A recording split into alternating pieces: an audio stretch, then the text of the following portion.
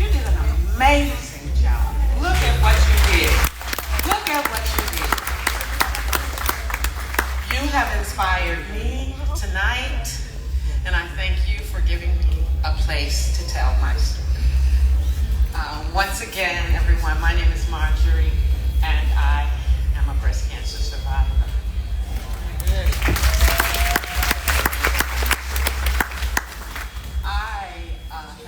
This is my first time formally telling my story, and I want to thank you for going first. And I was sitting there just going down that journey with you because I know how you were feeling. I felt those same things too. And I'm just now able to speak about it. I was diagnosed in April of 2018. And that year, I have been meticulous over the years. I was, 54 at that time. And I normally always get my annual checkups and my mammograms in January. My birthday is January 8th, so I always get it in January. But as a busy woman, how many busy women do we have in the room? How many of us sometimes put our families before ourselves? How many of us put our jobs sometimes before ourselves? So I was a part of that club.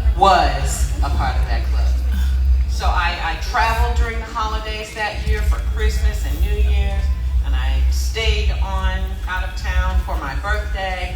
And when I came back to town, it was time to go back to work. So I said, I'll go to my appointment on Martin Luther King weekend. And I didn't, and then I was a teacher at the time. I worked all the way up through spring break, and then I went to Chicago. Still hadn't gone to the doctor. And I said, okay, when you get back to LA, make sure to make an appointment, mental notes to myself, but I'm allowing all of these things to get in front of me. I finally went and got my annual checkup that included just a manual exam, breast exam. The doctor said, I don't feel anything, but here is your appointment to go and make an appointment to get a mammogram. And I said, okay, but it seems like everything's okay. So I took my time. I waited about a month. I'm laying in bed one night, watching TV, hand over the head, and I scratched, and I felt something this big under my arm. I jumped up. At that time, I was staying with my sister Sheila. I had just moved to LA. And she said, don't worry about it. Just go get it checked out. So the very next day, I went and got it checked out. You filled in all the blanks.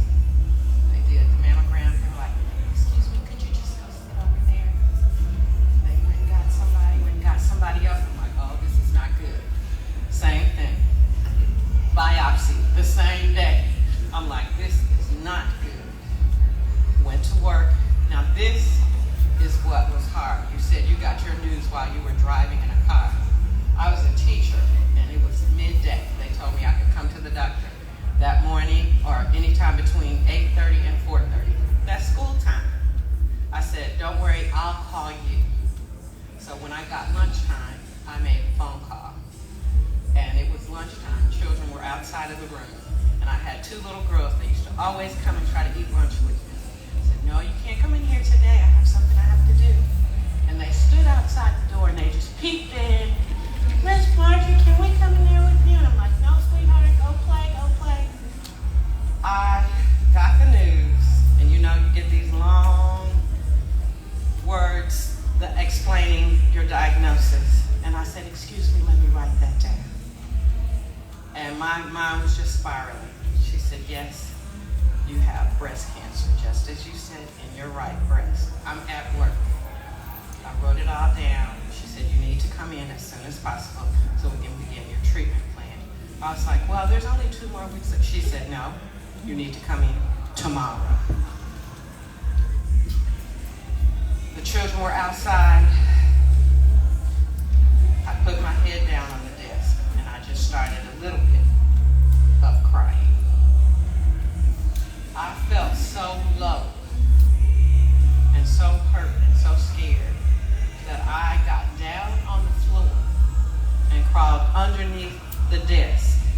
the children couldn't see me, balled up in a ball, crying into the floor. Because the way I was screaming, they would have called the ambulance. I literally screamed into the floor. Of course, I wasn't able to go back to class. The children were standing outside knocking on the door. Where's the teacher? They thought I wasn't in there because I was under the desk crying. I went to my car, got myself together, went home, and I was able to make the appointment to go for my treatment clinic. Now, I have a lot of medical professionals in my family and in my friend group. So I want to say just a lot of smarty pants. And you know how a lot of people have a remedy for whatever is wrong with you. They can tell you drink a tea, or take this herb or that herb, or do this and eat that and don't eat that. So I got a lot of that in my family. But I just went to my doctor. I listened to them. They made me, they offered for me to become a part of a program, a study. This is a double-blind study, meaning that the doctors didn't know who was going to get the study medicine, and none of us knew who got it. So we were just kind of taking a chance, a crapshoot, taking a risk. But at that point, I just wanted to live. So if I had to take a chance, I said, yes, I'll sign up for it. The drug was called atezolizumab. And if any of you have heard about the immunotherapy drugs, they use your own immune system to fight the cancer. That is a new drug now, and it is working, and it worked for me, and I am back, and I am better. The reason that it took me 3 years to be able to tell this story is that my agreement to participate in that study meant that some people in the study with me did not get the drug that I got. I didn't know whether I had gotten it or not, but I did see people getting sicker and people going into the hospital and people passing away. But that fate passed me by.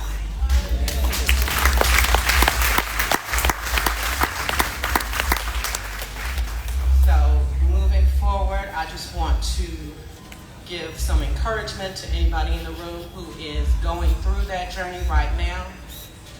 Please take advantage of your family, your friends, all of the resources in the community that we don't always know about because we don't always tell people when we need things.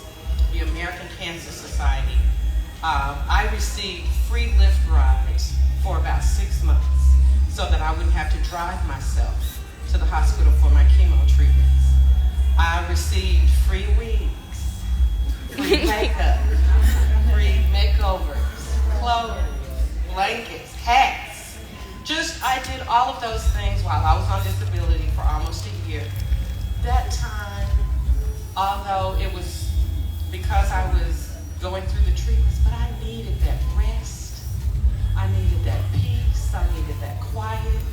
So sometimes we have worked ourselves into a frenzy, and sometimes something like that has to happen to you to slow you down. So I benefited from all of that rest I got.